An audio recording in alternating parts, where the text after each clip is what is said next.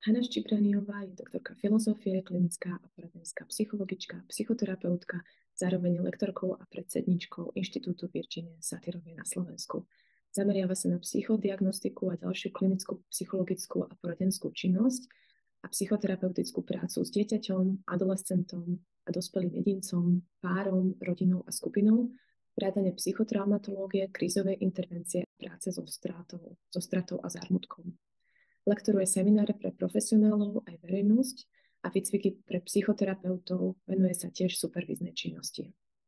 Na začiatku svojej profesnej dráhy si zvolila prácu s deťmi, pretože jej pripadalo, že v deťoch je veľký potenciál pre budúcnosť a táto práca ju priviedla naspäť k rodine, ktorá je bohatým prameňom pre všetkých svojich členov. Virginia Satyrová ju vrátila ku každému človeku z rodiny ako k jedinečnej bytosti a k jeho príležitosti vrátiť sa k sebe samému. Rada pracuje s ľuďmi tak, aby plnšie využívali svoj potenciál a mohli radostnejšie žiť s milovanými ľuďmi v partnerstve a pri rodičovaní a zvládať rôzne neistoty, sklamania a bolesti. Dobrý deň, Hanka, veľmi rada vás vidím. A som rada, že spolu môžeme urobiť tento rozhovor. Aký je váš pohľad na konflikt v rámci rodiny? Prípadne ako sa ten váš pohľad na konflikt rozvíjal v priebehu času, keďže máte veľmi ako bohaté skúsenosti z hľadiska vašej praxe. Ďakujem pekne aj za oslovenie. Keď sa pozriem naspäť z hľadiska tejto otázky, tak musím povedať, že najsilnejšie zážitky, asi prvé zážitky boli určite v rodine. Keď hovoríme o tejto téme, keď som si sama zažila nejaké konflikty, keď si spomínam, vedela by som dneska aj vďaka tomu, že pracujem ako psychoterapeut, ktorý prešiel mnohými výcvikmi a pracoval aj na svojej minulosti, tak viem si ako vrátiť v svojich spomienkach a pamätiach vlastné nejaké ťažké chvíle, kedy som prežívala nejaké konfliktné situácie s rodičmi. V prvom rade to bolo, myslím si, že potom určite aj so sestrou v škole, keď si spomeniem na sociálne situácie, keď si spomeniem na mojich, ako sa to volalo, frajerov, chlapcov, hej, s ktorými som bola nejako nespokojná, ale nevedela som to vtedy riešiť. No a samozrejme spolužiaci v škole, tam je ako veľmi veľa situácií, ale jeden z takých aj ranných konfliktov, ktorý si pamätám, je dokonca, keď som bola dieťa, ktoré išlo do jasličiek a proste nechcelo tam ísť. Takže musela som a proste nechcela som tam ísť. Už ako, ja neviem, možno som mala 2 roky vtedy. A teda to sú naozaj tie rané zážitky, ktoré nejakým spôsobom aj okolie, rodina s nami spracováva a často to nemajú ľahké ani rodičia, samozrejme.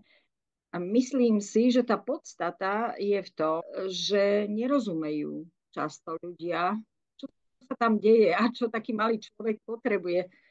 A medzi tým vlastne, ako som študovala psychológiu, tak som sa dozvedala skôr o tej teórii. Áno, tak to je v poriadku, že konflikt je teda vždycky stred nejakých strán. Učili sme sa o Freudovi, o vedomých, nevedomých konfliktoch, učili sme sa o, ja neviem, tých základných púdových pozadiach konfliktov, čo som si hovorila, no neviem, či sa to dá aplikovať na všetko a preto ma to nútilo ako ísť ďalej. To, čo mňa oslovilo, bolo prístup modelu rastu, satyrovský pohľad na rodinu, ktorý hovorí o tom, že áno, vyrastáme v rodine, rodina nás vychováva, prostredníctvom rodiny sa dozvedáme, kto sme. A čo špecificky by som vyzdvihla, a to je to, čo si myslím, že teraz aj mňa, mojich kolegov, aj v našej práci hodne podporuje, je vlastne pohľad na základ rodiny, a to je rodinná triáda, matka, otec, dieťa. Väčšinou sa aj v dnešnej dobe zdôrazňuje význam attachmentu, ako toho pripútania k materskej osobe, ale ten pohľad Satyrovej na rodinu, kde aj otec je dôležitý, aj v prípade, keď tam nie je, sa mi zdá z hľadiska nielen systemického, teda takého logického a vedeckého, ale zároveň aj celostného, mohli by sme povedať dokonca spirituálneho, veľmi dôležitý. Pretože človek je nielen biologická bytosť, má svoje telo a nástroje, ktorými signalizuje svoj stav, hej, ale má aj svoje myslenie, má vlastne tie sociálne vzťahy, vďaka ktorým rozvíja aj svoje telo, aj to sociálne prostredie, ale má aj svojho ducha. Svoju dušu, ktorá je tak málo preskúmaná. Tá spirituálna zložka v dnešnej dobe sa používa okrajovo a vždy bola ako keby zámienkou pre nevedeckosť prístupu smerov aj odborných. A myslím si, že toto je budúcnosť, tiež vedy preskúmať viacej spiritualitu. A čo bolo zaujímavé, teda Satyrová nepopierala spiritualitu, lenže ju neredukovala na náboženstvo. A to je vlastne ten problém, že človek je viac ako sumár všetkých týchto častí. To znamená, že my prichádzame ako bytosť, ktorá prežíva v tej základnej triáde všetky tieto dimenzie. A preto, keď sa vrátim k tej otázke, aj keď ten otec tam vlastne prítomný nie je,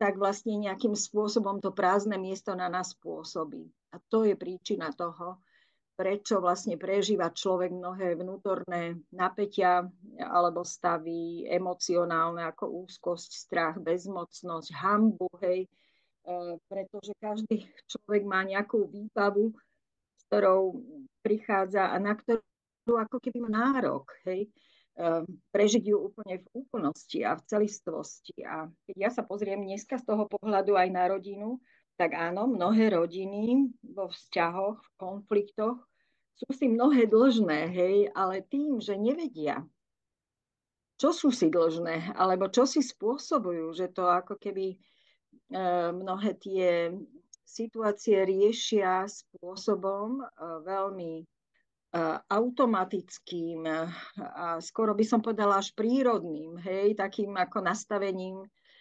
nášho riadiaceho systému mozgu na tých najnižších úrovniach, že tam chýba to, čo ste aj vy často zmieňovali, ten pokoj alebo určitú mieru istoty. Ale dneska vieme, že práve tieto veci, ako je vnútorná stabilita, vnútorná odolnosť, sú parametre, ktoré získavame práve už v tom útlom veku. A mňa teda pri tom poznávaní týchto javov fascinovalo to, ako keď som sa učila od Virginie Satyrovej v tom prístupe, ako sa pozerala na tieto veci bežné inými očami. Napríklad, prečo vlastne je tá matka taká dôležitá? No tak keď je s tým dieťaťom 24 hodín denne a je s ním povedzme týždeň, tak koľkokrát interaguje s tým dieťaťom. Hej, koľkokrát je vlastne pri rôznych bežných úkonoch ona tým, kto vysiela správy v komunikácii s dieťaťom, lebo komunikácia je základ. Komunikácia hovorí sa, že sa má vlastne k životu tak ako dýchanie. Hej, je to základ, aj keď nekomunikujeme, komunikujeme. Alebo akokoľvek komunikujeme. Takže ak tá matka vysiela lásku, je sama stabilná a odolná, tak vysiela úplne iné správy, ako je to v situáciách, keď buď nie je prítomná úplne, že robí tieto úkony, ale vôbec neudržiava kontakt, alebo ešte ideme ďalej k horšej situácii, keď odmieta ten kontakt a keď je hostilná, nahnevaná, zlostná alebo zlovoľná k tomu dieťaťu. Hej, keď s ním manipuluje fyzicky a my vieme, že dieťa je vlastne veľmi citlivé na tieto signály senzorické, telesné, tak ak s ním manipuluje z tohto miesta, tak to dieťa dostáva nesmierne veľa správ a hneď má na ne vlastne aj reakcie, že bojí sa takýchto interakcií s matkou, bojí sa matky ako takej. A potom máme tie prípady, keď je na jednej strane ako ambivalentná, na jednej strane tá mama akoby ho išla láskou zjesť a potom, keď je nervózna, tak zase dokáže na ňo zarevať alebo používa také výrazy, že by ho najradšej neviem čo. Ja ani to nechcem opakovať. A jednoducho to sú všetko veci, ktoré dieťa ako registruje. Každý človek ich registruje, keď ich dostáva, lebo že slovo je mocná čarodejka. Ale niekedy ani nemusí hovoriť a byť naštvaná a to dieťa tie informácie dostáva cez neverbálnu zložku, cez telo. Takže ak naozaj dneska sa pozeráme aj na to, že máme strašne veľa nespokojných, nepokojných detí, tak mali by sme sa pozrieť na to, alebo adolescentov, tínedžerov, mali by sme sa pozrieť na to, ako spokojní a nespokojní sú ich rodičia. Co im ich rodičia vlastne dokázali dať, lebo to je vlastne taký základ a znovu môžeme ísť ďalej o generáciu ďalej, čo dostali vlastne od svojich rodičov a tak ďalej. Takže ten základ triádový sa mi zdá veľmi, veľmi významný, že tieto faktory aj stability, odolnosti, toho, že či ten človek môže rozvíjať tie svoje danosti v pokoji, v takom stave, že má nervovú sústavu uvoľnenú, nie v napätí, sú základom. A sú základom aj telesného fungovania zdravého. Hej, vidíme veľmi často tú spojitosť, že keď dieťa prežíva veľa konfliktov, takže je často choré napríklad, alebo že má zníženú imunitu. Takže plnia sa nielen naše ambulancie psychologické a psychoterapeutické, ale aj teda lekárske, medicínske. A vidíme to aj v neskoršom veku. Proste tieto veci sociálne alebo tie psychosociálne sú v spoločnosti podceňované. Tá humánna zložka vlastne je často na poslednom mieste pozornosti. Venuje sa ďaleko viacej prostriedkov do nejakého iného zabezpečenia ľudí, či už materiálneho, technického, alebo dokonca deštruktívneho, by som povedala. Keď to porovnáme, že koľko ide do edukácie, koľko ide, ja neviem, do iného priemyslu, hej, nechcem to menovať ani, ale deštruktívneho zaobchádzania s ľuďmi, tak tam vlastne stále je podceňovaná tá humánna zložka toho, čo ľudia potrebujú tomu aj, aby bolo menej konfliktov, aby bolo viacej toho, čo naozaj my ako ľudské bytosti potrebujeme. Takže ten môj pohľad sa naozaj vyvíjal a dnes vďaka ale tomu poznaniu, myslím si, že je potom cesta, keď prídu za nami ľudia, ktorí sú citliví a tak ďalej, tak môžeme potom hľadať tú cestu von z toho, podporovať tie zdravšie vzťahy alebo tie procesy, ktoré by mohli viesť k náprave. A to vlastne ma privádza aj k otázke, ktorá mi vyvstala, že ako môžeme treba z pozície rodiča alebo člena rodiny alebo člena spoločnosti posilovať našu odolnosť, keďže tie časy, v ktorých žijeme, sú intenzívne, tak počujeme, že jeden spôsob je akoby hľadať tie akoby ostrovy zdravia, že kde máme tie zdravé vzťahy a posilovať ich. Môžete k tomu ešte niečo povedať? Naozaj si myslím, že pravdu máte, že potrebujeme každého jedného človeka.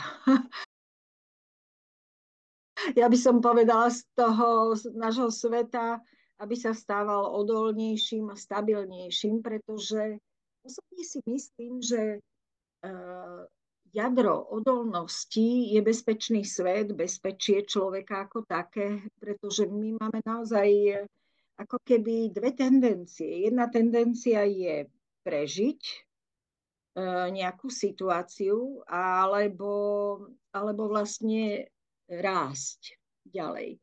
Ak je človek v situácii, že musí všetku energiu svoju investovať do toho, aby sa zachránil, aby prežil, aby vlastne zvládol situácie, ktoré sú pre neho veľmi ohrozujúce, alebo dalo by sa povedať neoptimálne, z nejakého hľadiska, že je vystresovaný, že je na pokraji zvládania, tak potom nemá také možnosti pre vlastný osobnostný rast, ani pre naozaj rozvoj toho, čo my hovoríme tomu ako niekedy luxus, alebo že nie je to také dôležité, lebo potrebujeme akoby zabezpečiť dôležitejšie veci v svojom živote, napríklad deti.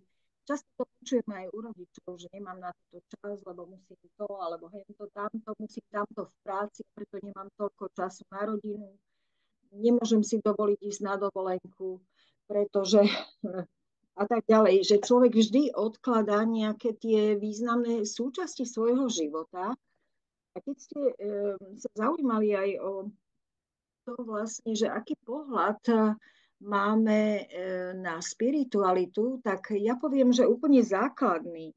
Jednak, že spiritualita nie je téma, ktorá by sa nás netýkala, ktorú niekde naštudujeme alebo získame len cez ten kultúrny vplyv, treba z rodiny alebo spoločnosti, aj odbornej spoločnosti. Ja si myslím, že to je tá časť nášho bytia, ktorá vlastne prispieva k našej celistvosti.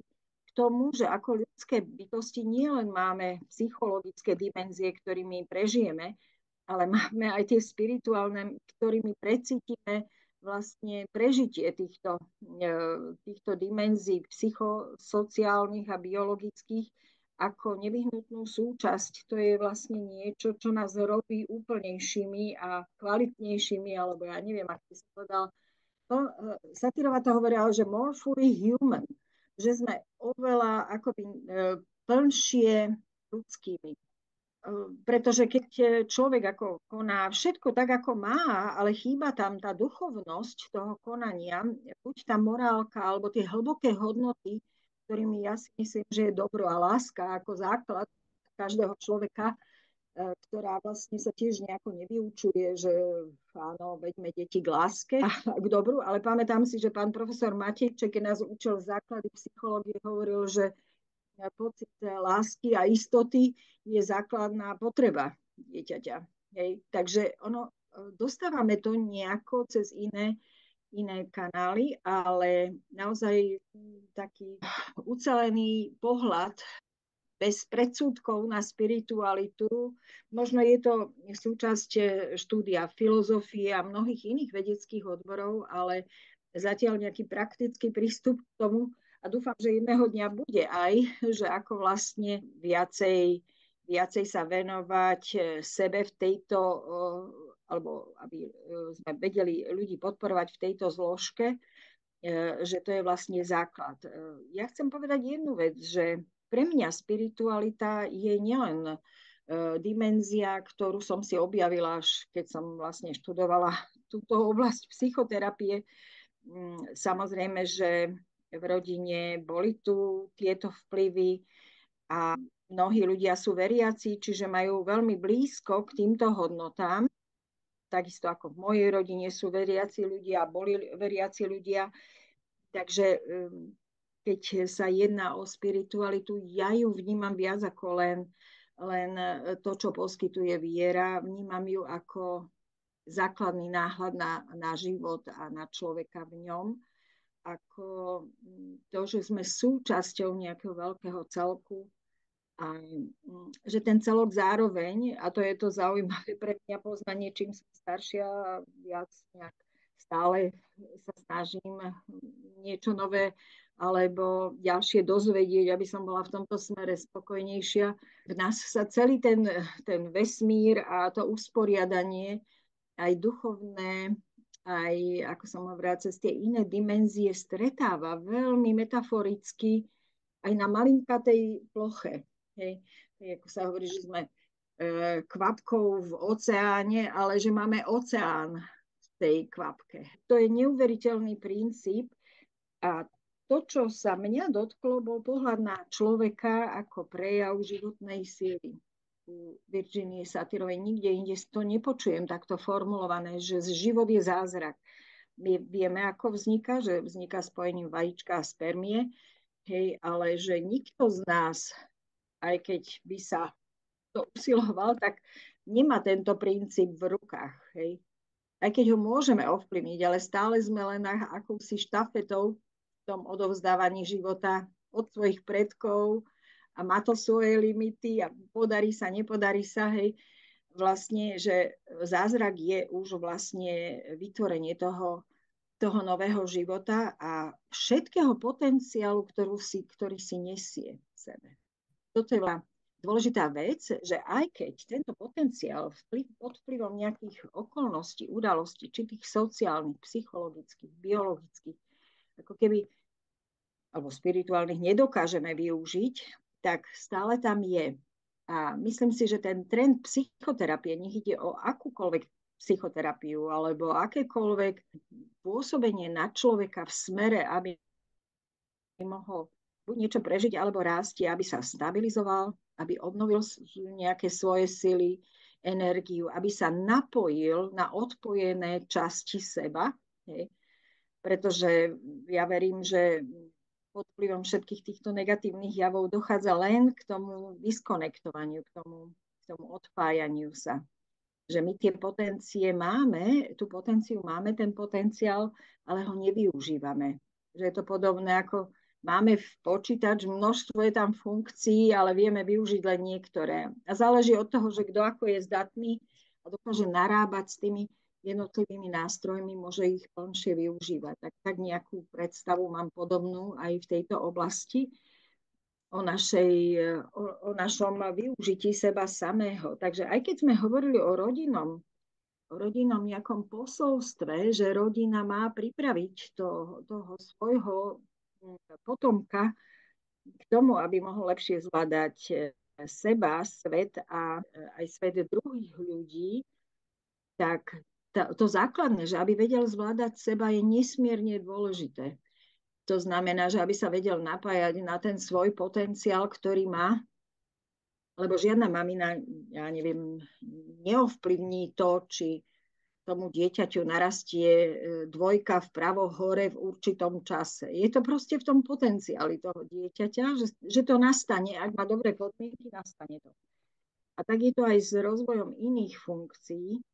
A vlastne, ak sa niektoré funkcie neprijavia zdravým spôsobom alebo vedú práve k tej ochrane toho človeka, že sa ako keby zastaví, preruší ten rast v niektorej oblasti, tak to neznamená, že nemôže pokračovať. Ale nesmierne dôležité dneska je to, že potrebujeme nájsť priestor, kde môžeme vlastne nájsť to zastavené miesto, chýbajúce miesto. A to robia dneska aj vďaka, ja neviem, neurovede, mnohým poznatkom, ktoré sú od 80.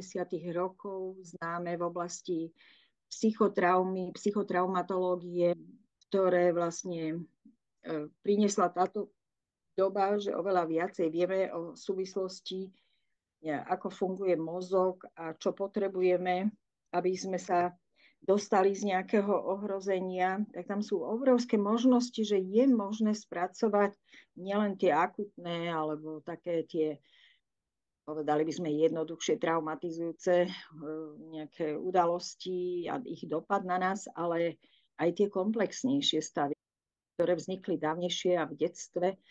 Čiže tá súvislosť medzi tým, že ak vytvoríme podmienky, aby človek svoju energiu, svoju vzácnu životnú silu neinvestoval len do seba záchrany pred niečím, čo nie je pre neho optimálne, tak potom sa tu vytvárajú nové možnosti, aby tú energiu použil aj na iné účely.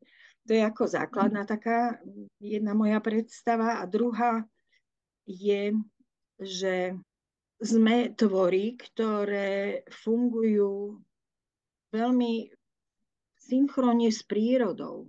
Že príroda ako taký dôležitý článok, my sme súčasťou tej prírody a to uvedomenie, že sme také naozaj bytosti, ktoré fungujú podobne ako príroda v určitom rytme, ako keď si vezmeme mnohé rytmické funkcie a činnosti, ako je napríklad, ja neviem, chôdza, že ideme pravou, ľavou, alebo rytmus srdca, hej, že máme systolu, diastolu, pri dýchu máme nádych, výdych, že všetko je ako keby vlastne vyvažované, hej.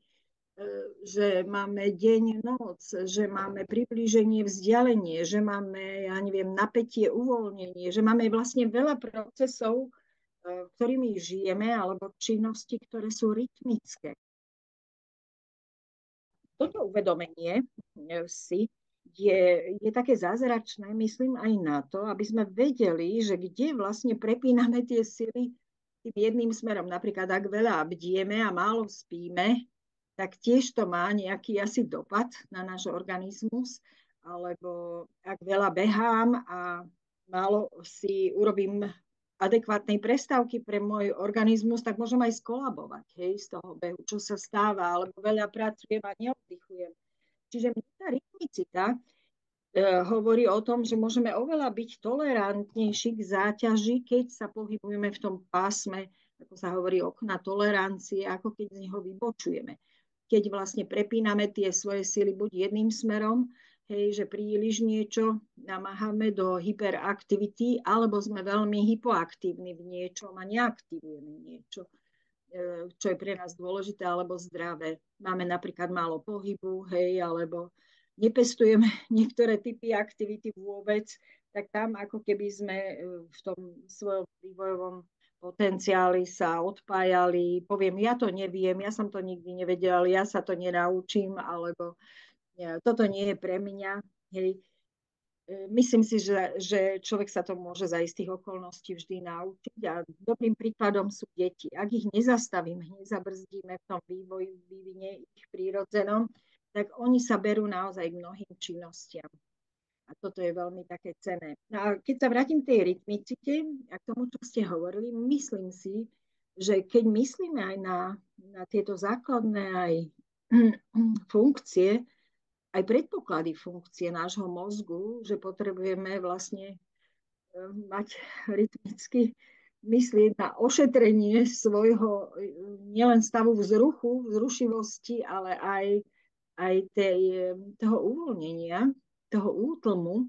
Takže my musíme naozaj aj plánovať si ten útlm lepšie kvôli tomu, aby ten náš mozog dostal naozaj tú podporu alebo výživu, ktorú potrebujeme. Čiže aby sme neprepínali svoje síly, ale tak ako pre telo, počujem, že nedávno som počula takú radu, že ak máte sedavé zamestnanie a 3/4 hodiny pracujete, tak určite 15 minút sa pohybujte. Aby ste proste to telo nepreťažili tým jedným smerom v tej oblasti ako zase pasivity, ale dajme tomu hlava je príliš aktívna, ale telo je úplne pasívne. Takže my vlastne sa dostávame do disharmónie alebo do konfliktu sami so sebou, keď idem k tej centrálnej téme, že asi naše nastavenie je iné, ale nedokážeme to niekedy odčítať tým, že by sme tieto veci automaticky vedeli, lebo sme sa ich neučili rozpoznávať. A preto si myslím, že toto je veľmi také dôležité, že aby sme mali nejakého učiteľa a tým učiteľom v tom detstve je rodič alebo učiteľ v škole ako prvý, alebo kamaráti sú dobrí učitelia, alebo možno, ja neviem, literatúra, média, môžu byť dobrým učiteľom, ale môžu takisto zavádzať, pretože môžu akoby zase prednostňovať nejaké iné informácie z nejakého druhu, ktoré vlastne také prospešné a asi pre ľudí ani nebudú. Takže preto je veľmi dôležité, si myslím, že vrátiť sa k tomu, že v tej základnej triáde cez vplyvy z okolia človek sa učí narábať sám so sebou. A toto je taká podstatná dimenzia tiež toho pohľadu na nás, že čo ja vlastne všetko, ako ten tretí element tej triády potom vlastne príjmem do svojho repertoáru a využívam to, alebo čo nepríjmem, čo vlastne nikdy neskúsim, alebo mám strach, alebo obavu vlastne používať, pretože buď existujú nejaké rodinné pravidlá, že toto by sa nikdy nemalo u nás, alebo to sa nesmie. A býva tam za tým nejaká hrozba. Znovu sme pri tom prežití, pretože, ja neviem, nikto s tebou nebude, hej, nikto ťa nebude mať rád, alebo nebudeš dosť dobrý, hej, toto nie si dosť dobrý, je teraz také zaklínadlo, veľmi nie si dosť akurátny, tak ako by sa to z nejakého hľadiska aj spoločenského hodilo. Na to sú tínejdžeri veľmi citliví, že seba pozorujú, či sú dosť dobrí v niečom, alebo ako náhle objavia niečo, že to nie sú takí ako tí iní, tak majú s tým obrovský problém, existenčný problém. Je to proste vec, ktorá keby sa znásobí v ich živote a iné nevnímajú. Takže toto, čo vlastne človek robí sám so sebou, je, že často sa dostávam potom pri spracovaní tých informácií sám do konfliktu, sám so sebou.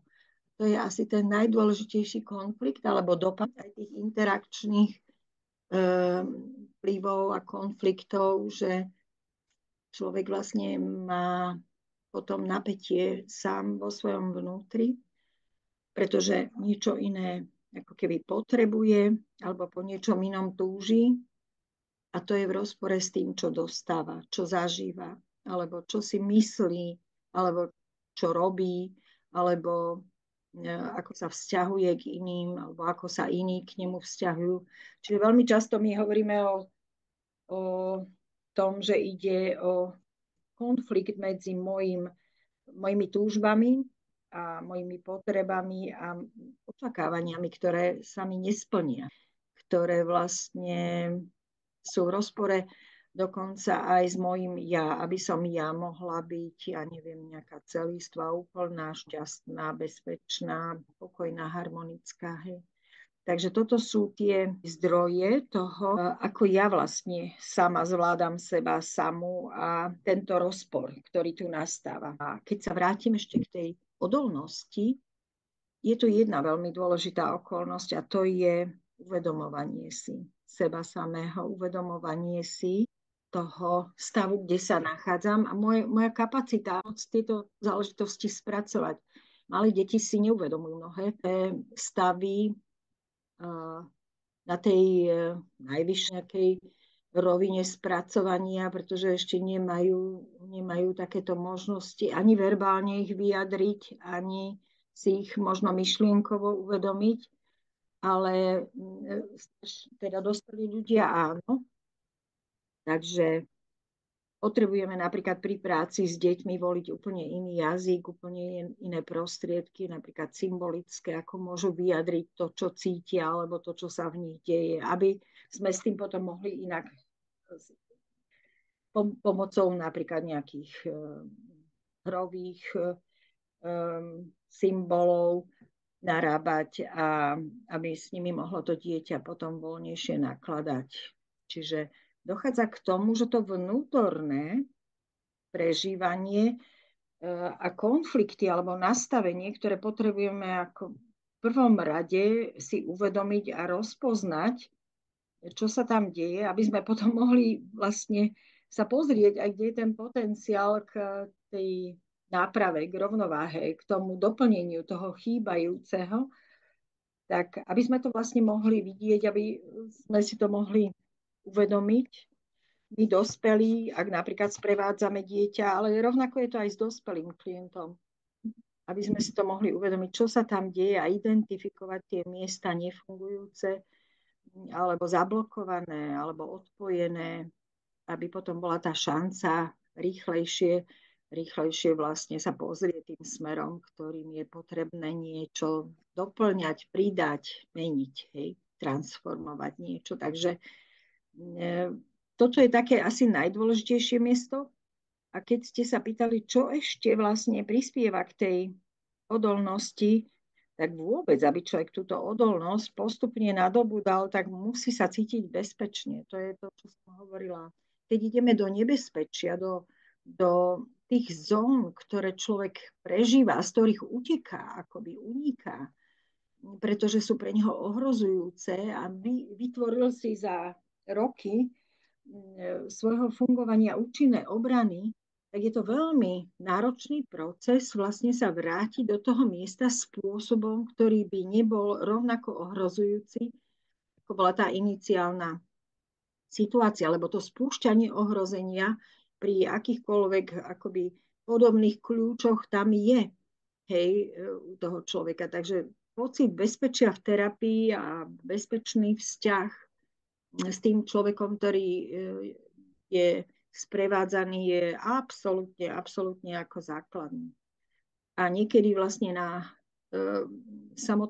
samotný stav toho človeka, pacienta alebo klienta môže pôsobiť proti vytvoreniu toho bezpečného vzťahu. Takže tam sa žiada oveľa väčšia ako keby potreba na druhej strane, aby ten sprevádzajúci terapeut, aby bol vlastne dosť odolný, lebo je to vytvorenie úplne iného, kvalitatívne iného vzťahu ako s inými ľuďmi. Hej. Aj keď toto isté môže fungovať aj s rodinnými príslušníkmi alebo s vlastnými deťmi. Hej. Jednoducho človek, ktorý je pripravený treba s tréningom alebo tým, že vie o takýchto situáciách, že sa nedarí nadviazať dobrý bezpečný vzťah, tak vlastne sa lepšie môže pripravovať na všetky fázy toho, čo sa objavia. Bez toho, a to je tá zase druhá strana, že čo potrebuje terapeut k tomu, aby dokázal pracovať práve v takýchto veľmi citlivých a hraničných situáciách s človekom, ktorý prežíva obrovské ohrozenie, je, aby sám vlastne nereagoval automaticky nejakými svojimi automatickými naučenými reakciami, pretože aj my sme ľudia, ktorí sme si prešli svojou rodinou a osobnou históriou a jednoducho tento terapeutický prístup je v tom špecifický, že toto je asi ten najdôležitejší aj parameter terapie. My tomu hovoríme, že terapeut by mal byť kongruentný. Kongruencia vlastne znamená, že ja som v takom absolútne rešpektujúcom vzťahu a spojení so sebou, ale aj s druhým človekom, aj s tou situáciou, v ktorej sa nachádzam. Čiže že ja potrebujem svoje osobné reakcie v tej chvíli, ktoré by tá situácia vzbudzovala, si uvedomiť a zastaviť. A to, čo je veľmi dôležité, je, aby som si to priniesla do iného kontextu, napríklad do kontextu mojej osobnej terapie, že idem k môjmu vlastnému terapeutovi, kde dokončujem nejaké moje rozpracované, ako my hovoríme, nedokončené biznesy alebo záležitosti, alebo ideme do supervízie ku kolegom, ktorí nám pomáhajú tieto zložité ako miesta, pri tom treba aj nadväzovaní kontaktu alebo pri tej práci samotnej vlastne lepšie zvládať, aby sme boli viacej k dispozícii pre dobro toho druhého človeka. Lebo toto je vlastne základ aj etiky našej práce, že my nechodíme bojovať s našimi klientami, my im chodíme pomáhať. A máme byť tou záštitou spoľahlivosti pre nich. Takže toto je naozaj náročný proces a človek nikdy nevie, že kedy kto brnkne na nejakú citlivú strunu, ale preto je tak veľmi dôležité mať tie vyššie štandardy aj pre psychoterapiu ako pre iné disciplíny, pretože, a to niekedy nám aj vyčítajú, že prečo ten náš výcvik trvá tak dlho a prečo naši ľudia musia do neho investovať veľa osobného času alebo peňazí. To je práve toto, že vlastne za krátky čas nevyriešite nič také, čo bolo dlhodobé a hlboké a potrebujete vlastne na to ten časový priestor a komfort a tiež to bezpečie. To je vlastne tá časť, že potrebujeme bezpečie v supervízii, v individuálnej terapii aj pre tých, ktorí majú pomáhajúce profesie. Takže toto si myslím, že môže prispievať aj k odolnosti našej pre zvládanie situácií, keď pracujeme a pomáhame niekomu, kto veľmi potrebuje tú našu odolnosť a stabilitu. Takže to je jedna časť a jedna je potom samozrejme rozvíjať také formy, ktoré môžeme individuálne aj mimo vlastnej terapie alebo mimo vlastnej supervízie rozvíjať a to je napríklad, ako si organizovať prácu. Si zaraďujem nejakú vlastnú psychohygienu do svojho pracovného systému, že to, čo sa snažím učiť druhých, alebo presvedčam iných, že je dobré, aby som robila aj pre seba. Hej. Takže to je jedna taká dôležitá vec. A ďalšia je možno, je tam viac princípov určite veľmi dôležitých, ktoré prispievajú aj k tomu celostnému bytiu tu a teraz naplno. Dneska sa tomu prístupu hovorí mindfulness, hej, ale vlastne dalo by sa povedať, že to je každý zážitok, že aby sme boli naplno v tom zážitku, aby keď som napríklad s dieťaťom a rozprávam sa s ním a niekto iný mi zatelefonuje, hej, tak aby som vedela rozlišovať priority. Áno, je to pracovné, zoberiem ten telefon hneď, alebo zavolám o 5 minút. To je vlastne moje stále rozhodovanie sa v niektorých situáciách, kedy niektoré priority môžeme urobiť a mali by sme urobiť tak, aby aj to dieťa bolo ošetrené, ak napríklad, lebo keď idem z praxe konkrétne, tak veľmi často deti, či sú predškolské alebo adolescenti, viete, aké je najväčšie očakávanie ako od rodičov, aby moja mama toľko nemobilovala napríklad. Hej, v dnešnej dobe. Alebo aby otec bol so mnou viacej času. A otec sa čuduje, však ja som s ním. Hej, a keď sme to potom rozoberali, že ako sú spolu, hovorí, ale máte pravdu. Asi nie som, lebo ja myslím na svoje problémy, keď som s tým mojim malým. A on vidí toho veľkého obra a on je malinký pri ňom, hej. A on vidí, že ocko je myslel niekde inde. Takže síce ho drží za ruku, ale nie je s ním. Takže aby sme boli naplno, to chce naozaj to, pekne to hovoríte, telesne, fyzicky si prežiť aj ten moment uvedomenia, že som tu naplno, som mu k dispozícii, máme túto vzácnu, peknú chvíľu. A to neznamená, že musí trvať ona 24 hodín denne, ale znamená, že keď sme 30 minút spolu, tak aby sme boli naplno spolu. A to isté sa týka aj mňa. Keď chcem 30 minút mať pauzu, tak aby som nerozmýšľala vtedy, že preboha, čo som mohla urobiť za tých 30 minút, hej. Ale aby som si dala tú pauzu od všetkého. Lebo to, čo napríklad aj klientov upokojí veľmi v tejto súvislosti, je, že tých 30 minút oddychu vám pomáha lepšie pracovať, tú 31. minútu, hej. Toto je veľmi dôležitý argument. Takže jeden z tých zdrojov aj pre mňa je napríklad čítanie alebo také hľadanie tých inšpirácií k tomu, aby som aj ja vlastne bola viacej taká možno stabilnejšia, harmonickejšia. Stále som zvedavá proste, čo ešte môžem pridať, aby to bolo lepšie. Vlastne nie v tom zmysle, že by som si vyčítala, že nerobím veci dobre, ale aby som ich mala po ruke, aby sa mi zapli vtedy, ako keby to potrebujem, že naozaj si myslím, že to najdôležitejšie, čo ľudia môžu mať, a je to ten najhlbší proces, je to spojenie so sebou, že ja som dôležitá, že ja som ten, kto je, teraz poviem niečo provokatívne, na prvom mieste v mojom živote, pretože mnoho ľudí by ste sa čudovali, to tak nemá. Že majú tam všelikoho iného v svojom živote, ale seba nie. Ale od seba potrebujeme začať. A možno je tam ten strach, že keď seba dám na prvé miesto, tak zase ako vlastne budem vnímaná, alebo ako mi to môj vnútorný systém dovolí vnímať, ako egoistické, ako choré, ako proste nenormálne, ako ľudia to majú spojené.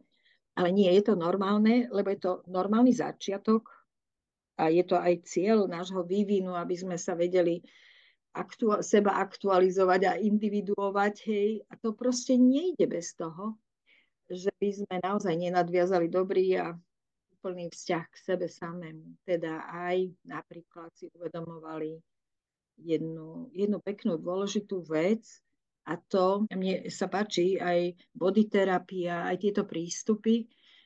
Satyrová ináč tiež pracovala s tým, aby pomocou tela exteriorizovala tie vnútorné procesy, aby sme to lepšie cítili na sebe, videli, vnímali. Tak prístupy Petra Levina napríklad, hej, alebo týchto všetkých dnešných veľkých zástancov, aj bioenergetiky, to boli tie snahy ľudí pozrieť sa na telo ako dôležitú sústavu a my ju máme tu, a to si myslím ako jeden veľmi dôležitý nástroj, tak ako seba máme ako nástroj, tak ako veľmi dôležitý nástroj k tomu, že naše telo je tu s nami veľmi spoľahlivo od začiatku do konca. Hej, a že pracuje a vydáva signály. To je to, čo hovoríme, že máme teda tu tie telesné odpovede, telesnú, akoby paralelu k tej psychologickej rovine máme telesnú. A to si myslím, že tento jazyk, reč tela, je dobre vnímať ako náš, ako by som to volala, neviem, či záložný systém, alebo prvý systém, lebo sa hovorí, že telo neklame, že skôr dokážeme oklamať seba svojimi myšlienkami, teda tú psychickú stránku. Vieme veriť niečomu, čo je absolútne nerealistické alebo nereálne. Vieme sa báť budúcnosti, ktorá ešte tu nie je. Vieme zostať v minulosti, ktorá ešte tu nie je, ale málo sme v prítomnosti tu a teraz a so svojím telom tu a teraz. Takže, ale je možné, že mnoho ľudí sa bojí tých signálov svojho tela alebo bojí sa bolesti a neskúma napríklad aj niektoré tie pocity telesné v súvislosti s tým, že oni nevznikajú sami o sebe, že vždy vznikajú ako sprievodný, ako by som povedala, iný preklad, tlmočenie niečoho iného, iný jazyk vlastne. Preto hovorím ako záložný systém, že máme tú kontrolku, tak ako v aute ja cúvam dozadu, ale mi bliká nejaké svetlo alebo nejaký zvukový signál, hej, tak toto máme tiež v tom tele a málo ideme po tom telesnom iným spôsobom, ako sme sa naučili, že nič nás nesmie bolieť, alebo neboj sa, to ťa nebude bolieť, to ťa prestane bolieť, ale že by sa niekto pozrel, čo ťa bolí a čo sa stalo, že ťa to bolí, že by sme boli takí tí detektívy, ktorí hľadajú, tak to vlastne sa veľmi často nedieje, ale hneď urobíme rozsudok, hneď urobíme súd nad tým a väčšinou taký dosť trestajúci spôsob nášmu telu. Takže návrat k telu dnes ja vnímam, ako ste hovorili, ako ten ostrov, kde môžeme sa jednak nielen uvoľniť, ale naozaj vracať a napájať na úplne nový svet pre seba. Toto si myslím veľmi pekné a dôležité, aby človek viacej sa spoliehal na svoje telesné signály, lebo oni to sú odjak živa a sú veľmi spoľahlivým indikátorom, že niečo nie je v poriadku v našich vzťahoch. Ale ako Virginia hovorila, my oveľa pohotovejšie, že tak nám veľmi záleží na tom, aby sme boli milovaní a uznaní ako tie najdôležitejšie túžby, ktoré máme, aj u tých príbuzných a povedzme u tých ľudí, aby sme boli uznaní, lebo tá túžba po uznaní si myslím, že je kardinálna v tomto svete. Že ak nás niekto neuznáva, tak sa cítime veľmi zle automaticky a dostávame sa do konfliktu. Myslím si, že každý túží po uznaní a ak sa mu nenaplní nejaké očakávanie po uznaní, že niekto, ja neviem, učiteľ mi dá za nejakú prácu takú a onakú známku, alebo že ten kamarát, keď chcem ísť s nimi, tak ma uzná a vezme so sebou do partie, alebo nejaký priateľ uvidí, že neviem, ho milujem, alebo čokoľvek, hej. Alebo moje dieťa pozitívne zareaguje na niečo, čo som mu pripravila. Hej. Jednoducho, keď ma neuzná moje snaženie, tak sa dostávame práve do toho ťaživého, tenzného miesta. No a vlastne tieto dve základné potreby po tej láske a potom uznaní sú vlastne niečím, čo potrebujeme aj my sami vo vzťahu k sebe samému. Čiže ak ja neuznávam seba v niečom, lebo mi niečo akoby prekáža, tak my skôr sme ochotní po sociálnej a psychologickej stránke vyhovieť tomu prostrediu, aby sme boli uznaní, aj keď to ide v rozpore s tým našim biologickým základom. Čiže tá Virginia hovorila, že skôr sme neverní sebe, hej, ako by sme stratili tú vieru v tých druhých a v to, že vlastne môžeme byť dosť dobrí pre druhých. Že my obetujeme seba, že to je príčina mnohých chorôb, dokonca aj schizofrénie, že človek sa skôr vlastne dostane do trvalého konfliktu so sebou, ako by vlastne bol v konflikte s tým okolím. Pretože potrebuje byť v harmónii. To sú také hlboké poznania, ktoré keď ona vyslovila v tých 60. rokoch, keď vôbec začala uvažovať o tom, že kde sú príčiny mnohých ťažkých psychiatrických diagnóz, tak prišla na to, že tie deti sú naozaj loajálne v svojej rodine viac, ako dokážu byť loajálne v sebe. Pretože toto je ako keby nám ľahšie sa vzdať niečoho nášho, ako prísť o niečo, čo potrebujeme vitálne v životu. A to sú tí druhí hry, na ktorých nám veľmi záleží. Takže je to až udivujúce, že ak napríklad nejaký malý chlapec v rodine príde o svojho otca, alebo má otca, ktorý ho neuznáva, tak ako celý život potom sa to na ňom je poznamenaný tým, že celý život potom sa veľmi usiluje o získanie uznania v nejakých náhradných formách. Či je to na pracovisku, alebo medzi kamarátmi, dokonca aj u tých rodičov, ktorí ho potom ako nikdy neuznajú, ale stále toto je ako number one úloha. Hej. Až je to potom smutné, keď vám povie nejaký mladý muž a povie, že musím sa vám priznať s jednou vecou, že keď môj otec zomrel, tak sa mi uľavilo. Lebo už sa nemusím snažiť, lebo to bol sústavný zápas, sústavný konflikt. Takže naozaj je veľmi dôležité, tak skoro ako dokážeme ako prísť na to, že aby človek dokázal keby sa zhostiť toho, čo môže zvládať a čo zvládať nemôže. Tak nejak som to čítala, také niečo, že Pane Bože, daj mi schopnosť, aby som videl, čo zmeniť môžem a rozlišil a videl to, čo zmeniť nemôžem a rozlišil obidve tieto roviny, hej, aby som dokázal toto rozlíšiť. A teda, aby som naozaj investoval tie síly do toho, čo zmeniť môžem. A potom si myslím, že tam ten potenciál tej časti energie, aby som sa cítila bezpečne vlastne v situáciách, keď niečo zmeniť nemôžem. To je naša ďalšia taká úloha. Ako posilniť tú odolnosť ľudí tam, kde niečo nemôžu zmeniť a necítia sa komfortne.